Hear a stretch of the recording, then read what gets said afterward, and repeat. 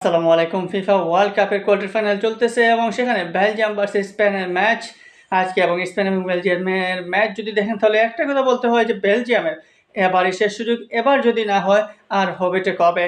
এই সোনালী প্রজন্মের বেলজিয়াম 2014 বিশ্বকাপ থেকে তারা বাইক পারফরমেন্স করে আসছে, খুবই ভালো খেলতেছে, কিন্তু এখন পর্যন্ত ফাইনাল কিংবা শিরোপা তো তারা হাত দিতে পারে নাই। আশা করি সবাই যে একটাবার না হয় বেলজিয়াম ফাইনাল খেলো, কিন্তু সেই স্বপ্নটা কি সত্যি হবে? আর সেটা সত্যি করতে হলে 10-এর চ্যাম্পিয়ন দারুণ খেলা স্পেনকে রাখতে হবে। সেই সাথে স্পেনের গোলকি উনাই সিমনকে হারাতে হবে, কারণ উনাই সিমন এখন পর্যন্ত যেভাবে খেলছেন, উনাই সিমনকে বিট করাটা কোনো স্ট্রাইকারেরই এখন পর্যন্ত সহজ হয়ে নাই। গ্রুপ পর্ব থেকে এখন কোয়ার্টার ফাইনাল, প্রত্যেকটা ম্যাচেই উনাই সিমন দারুণ পারফরমেন্স করেছেন, একটা গোলও হজম এখনো করেন নাই। আপনি রাউন্ড অফ 32-তে পর্তুগালের মতো দল 1-0 গোলে হেরেছে স্পেনের কাছে, কিন্তু সেখানে পর্তুগালের কোনো স্ট্রাইকারই উনাই সিমনকে পরাস্ত করতে পারে নাই। সো এই উনাই সিমন এবং স্পেন যেন আলাদাভাবে এই বিশ্বকাপে নিজেদেরকে মেলে ধরতেছে। মনে হইতেছে না যে আসলে স্পেন আপনি ভালো খেলতেছে নাকি খারাপ খেলতেছে, এমন একটা সিচুয়েশন স্পেনার খেলার মাঝে। অতি রঞ্জিত কোনো ফুটবলও খেলছে না, আবার অতি ডাউনও কোনো ফুটবল খেলছে না। সো এই স্পেনকে রুখতে হলে বেলজিয়ামকে সেরা ফুটবল খেলতে হবে। বেলজিয়ামের ফুটবল খেলা যদি দেখেন তাহলে বেলজিয়াম সুন্দর ফুটবল খেলছে এখন পর্যন্ত। আমরা বিগত বিশ্বকাপগুলোতেও দেখেছি বেলজিয়াম কী ধরনের খেলা খেলেছে, কিন্তু এবারের বেলজিয়ামটা অন্যরকম এবং এটাই হচ্ছে শেষ প্রজন্ম, সোনালি যে প্রজন্ম বলা হয় বেলজিয়ামের সেটার। কারণ এখান থেকেই এই বিশ্বকাপ পর আগামী বিশ্বকাপে বেলজিয়ামের এখন যারা রয়েছেন তারা থাকবেন কিনা সন্দেহ আছে। এই বিশ্বকাপে বেলজিয়ামের ট্রসাররা দারুণ ফর্মে রয়েছে। লুকাকু দীর্ঘদিন পর জাতীয় দলে ফিরলেন, 1 বছর খেলার বাইরে থাকার পর জাতীয় দলে ফিরলেন এবং জাতীয় দলে ফিরে বিশ্বকাপে পর্যন্ত গোলও দিলেন 2টা।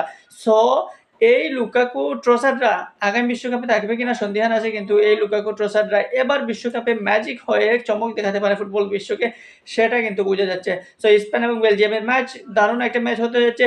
এখন পর্যন্ত স্পেন এবং বেলজিয়াম 22 বার মুখোমুখি হলেও স্পেনের জয়ের পাল্লা ভারী। তারা 12 বার জয়লাভ করেছে, বেলজিয়াম 5 বার জয় লাভ করেছে।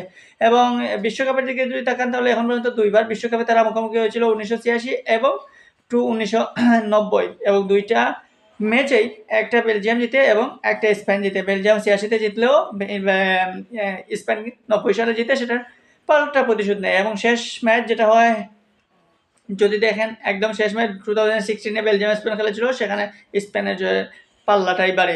সো স্পেন আধুনিক ফুটবলটাকে অন্যভাবে সাজিয়েছে। টিকি-টাকা ফুটবলের মূল জনক বলা হয় স্পেনকে। দারুণ ছন্দময় ফুটবল খেলায়, পাসিং ফুটবলের ক্ষেত্রে সবচেয়ে সেরা স্পেন। তো এই স্পেনকে রোখা এত সহজ কী হবে বেলজিয়ামের জন্য?